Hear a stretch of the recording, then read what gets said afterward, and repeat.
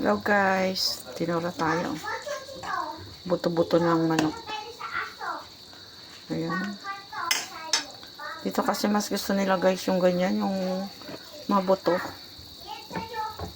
Kaysa yung malaman. Ayan, tinula tayo guys. Ayan. Malunggay ang ating ano ngayon. Ikaw yun. Ayaw nila, sinusundan nito itong fridge. Magpapakain tayo ng mga sabon. Ayan. Ito pong tinola ay madalas namin itong lutuin. Kasi madali pong lutuin. At saka mas gusto nila. Ayan. Wala akong siling green guys. Nakalimutan ko. Kaya ayan na lang. Ang nilagay ko dito ay tanglad. Lemongrass guys. Pero tinanggal ko na yung dahon. Masukal eh. Tinanggal ko na siya. Mas gusto ko kasi ang lemongrass. Mabango.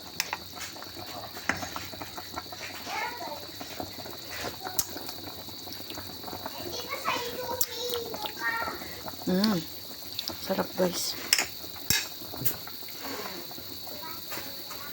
Simpleng ano lang guys. Ayan, hapunan na nila yan. Ako hindi na ako kakain. Kasi kumain na ako kanina. Nagluto kasi si Modesto guys.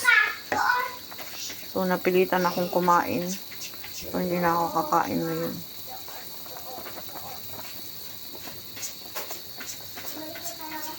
Mabigat sa tiyan po. Kapag Bigay mo na ito. Hindi na pwede sa aso eh. Wala ba siyang para sa aso? Wala. Yung natin yan ang fridge. Patingin nga. Patingin. tinola. Importante po dyan ay sabaw. Ayan, medyo malamig po ngayon.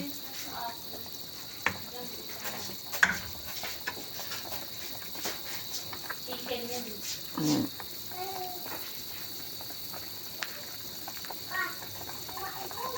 Hindi niya nakita. Natapat niya na. Ayan, tayo nag-video guys yung luto na.